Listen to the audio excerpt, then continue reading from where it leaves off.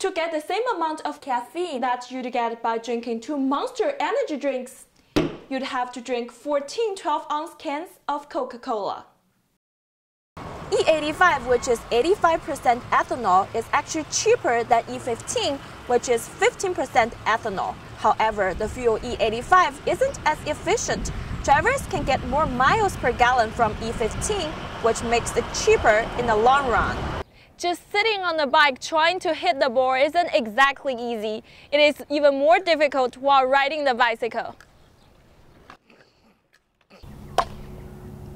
The best-selling firearms are shotguns, just like this one.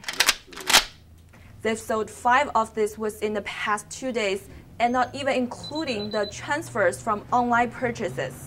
Students' home stretching techniques, like this one, could lead to better memory, which in turn could lead to better grades.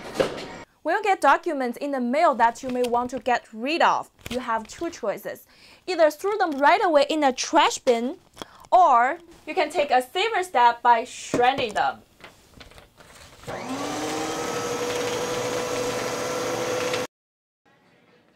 Every Thursday, KU senior Nathan Fordyce has classes from 9 in the morning to 9 in the evening. To make it through the 12 hours on campus, Fordyce says energy drinks become a must. I like Full Throttle, Monster, whichever one's closest for me to grab. Fordyce says he likes the taste of energy drinks and they give him more of a boost than a regular Coke. However, he says he doesn't know how much caffeine he is consuming since it's not labeled on the can. To get the same amount of caffeine that you'd get by drinking 2 Monster energy drinks, you'd have to drink 14 12-ounce cans of Coca-Cola. Recently, the Food and Drug Administration received 5 reports in the past 3 years which suggest that people died after drinking caffeinated energy drinks.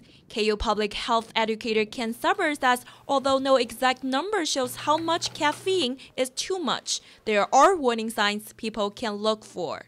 They're going to have rapid heartbeat. Their blood pressure is going to climb through the roof. They're going to have trouble sleeping. If they're having any types of these symptoms, if they're shaking, then those are some key signs that their levels of caffeine are definitely getting too high for their body to be able to handle that. Suber says the key is moderation. He suggests for those who are going to consume caffeine to pay attention to serving sizes on the cans, limit intake, and drink slowly. Charlene Chen, KUJH TV News. 6 weeks ago, Lawrence driver Wayne Zachary switched from E85 to E15. He's now on his 5th tank. You get a little better performance, a little better fuel economy for about the same cost as regular unleaded. Zachary says he's going to continue using E15 unless the price goes up. Right now, E15 is about 8 cents more expensive than E85. E85, which is 85% ethanol, is actually cheaper than E15, which is 15% ethanol. However, the fuel E85 isn't as efficient. Drivers can get more miles per gallon from E15, which makes it cheaper in the long run. Back in July, Zarco 66 became one of the first gas stations in the nation to sell E15. Station owner Scott Zaremba says they've seen an increase in customers using E15. We're selling 20% of our total volume is E15 today, and 10% of our total volume is E85. And E15's only been around for 4 months now. Zaremba says the renewable fuel industry is evolving and is important to nation's energy future. He thinks E15 will be a bigger part of that future. Charlene Chen, KUJH TV News.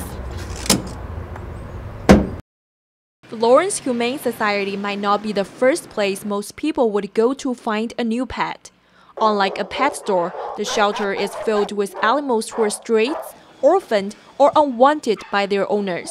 We've had owners who have lost their job and they just can no longer afford the animal. Maybe they've moved. Landlords sometimes don't allow pets. Helping these pets get adopted and finding them permanent homes became a little easier when volunteer photographer Brenda Gadd arrived. Hello, Blue! Every Wednesday, Gadd comes to the shelter and captures enduring portraits of dogs that are newly available for adoption. She's now been photographing dogs at the shelter for 3 years. Nice boy. Oh, you beauty. Every dog deserves a home, and a good home but various dogs take a lot more work. You can't just move them right in and expect everything to be wonderful. So Gad tried all kinds of different methods to get the dog's attention and entice them into best posing for a photograph. Primarily food and squeaky toys. A lot of dogs are game-oriented, so if they hear a squeaky toy, they think, oh, there's a game happening. They're suddenly very relaxed and what? Nice one! Yay! Good boy!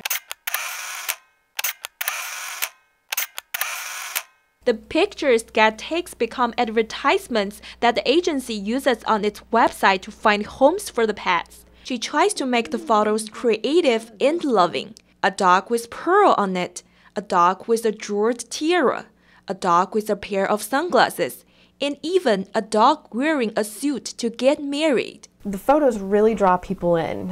You know, a photo can kind of make or break the adoption. Hollingsworth says a lot of pets are out of the shelter and now in new homes thanks to the help of Brenda Gad's warm heart and her lens. Charlene Chen, KUJH TV News.